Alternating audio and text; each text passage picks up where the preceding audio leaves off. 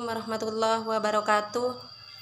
Yang kami takdimi dan yang kami muliakan Ustadz Fikri Farihin MPD selaku pembimbing mata kuliah Islam Nusantara, dan tak lupa pula teman-teman yang kami banggakan. Baik, saya sebagai moderator dan dari kelompok 1 yang terdiri dari saya sendiri, Azzatul Mukarramah, Umi Kulsum, dan Wasilan Sori sebagai pemateri akan mempresentasikan PowerPoint kami yang berjudul Pola Pendidikan Islam Periode Khulafaur Rasyidin. Untuk menyingkat waktu pemateri, kami mempersilakan untuk menyampaikan materinya. Bismillahirrahmanirrahim. Assalamualaikum warahmatullahi wabarakatuh. Saya atas nama Wasilan Sori akan mempresentasikan pendidikan pada masa Rasulullah Shallallahu Alaihi Wasallam. Pendidikan adalah merupakan suatu hal yang paling utama bagi suatu negara. Pendidikan Islam bersumber kepada Al-Quran dan Sunnah. Ayat pertama dari ayat Al-Alaq yang turun di Gua Hira kepada Rasulullah Sallallahu Alaihi Wasallam adalah merupakan pertanda bangkitnya suatu peradaban baru di atas permukaan bumi. Kalau kita membuka Al-Quran, maka akan kita jumpai perintah Allah Subhanahu Wa Taala bagi setiap orang Islam untuk menuntut ilmu pengetahuan, karena ilmu pengetahuan itulah yang akan lebih mendekatkan hamba kepada Tuhannya. Sesuai firman Allah Subhanahu Wa Taala, tidaklah kami mengutus engkau Muhammad kecuali sebagai rahmat untuk seluruh alam, yakni rahmatan lil alamin. 2 adalah pendidikan Islam pada masa Rasulullah SAW di Mekah. Pendidikan masa itu merupakan prototipe yang terus-menerus dikembangkan oleh umat Islam untuk kepentingan pendidikan pada zamannya. Nabi Muhammad SAW adalah menciptakan kembali masyarakat yang hanya mengabdi kepada Allah Subhanahu Wa Taala semata dan menegakkan keadilan dan kebenaran yang menyeluruh. Pendidikan pertama yang dilakukan Nabi Muhammad SAW adalah pembentukan pribadi Muslim untuk menjadi kader-kader Muslim yang bersemangat, memiliki jiwa dan mental kuat serta teguh dari segala cobaan. Pendidikan yang dilakukan oleh Rasulullah SAW kepada para sahabatnya pada saat itu masih perorangan dan bersifat rahasia. Selanjutnya adalah pendidikan Islam dilakukan di Madinah. Sedangkan Madinah merupakan kisah tentang keberhasilan Nabi Muhammad SAW dalam membangun tatanan soal masyarakat yang adil, damai, dan berkeadaban.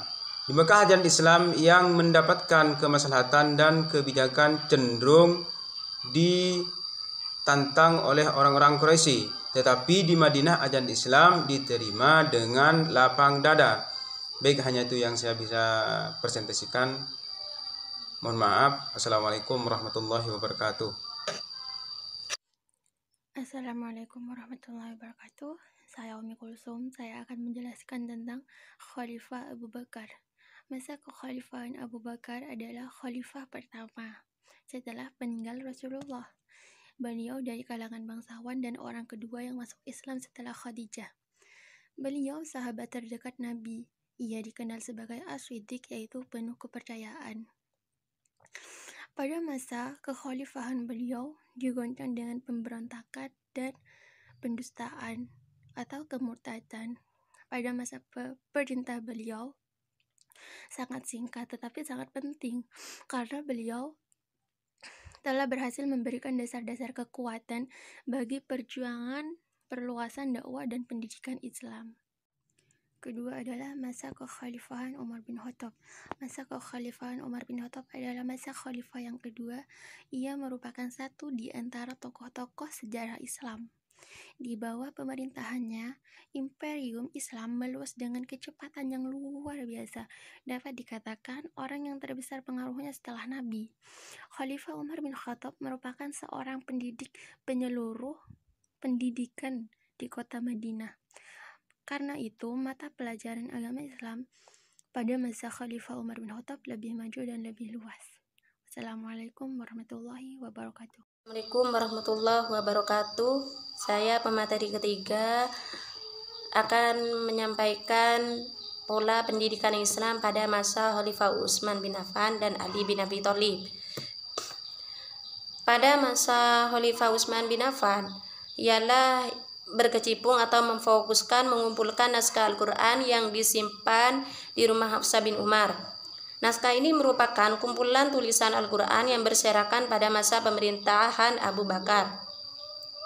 Khalifah Utsman kemudian membentuk suatu badan atau panitia pembukuan Al-Quran yang anggotanya terdiri dari Zaid bin Sabit sebagai ketua panitia dan Abdullah bin Zubair serta Abdurrahman bin Haris sebagai anggota. Pengumpulan lembaran-lembaran lepas dengan cara menyalin ulang ayat-ayat Al-Quran ke dalam sebuah buku yang disebut dengan mushaf.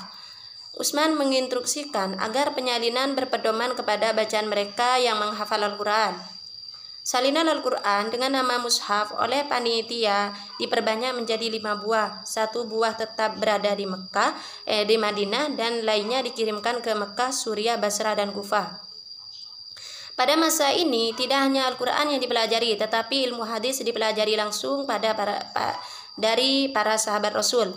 Pada masa ini berhasil dibukukannya Al-Quran. Ini dibuktikan dari Quran surah Al-Hijr ayat 15-9. Sesungguhnya kamilah yang menurunkan Al-Quran dan pasti kami pula yang memeliharanya. 4. Pola pendidikan pada masa Khalifah Ali bin Abi Thalib. Khalifah keempat, Khulafaur Rasyidin juga sepupu sekaligus menantu Nabi Muhammad adalah Ali bin Abi Thalib.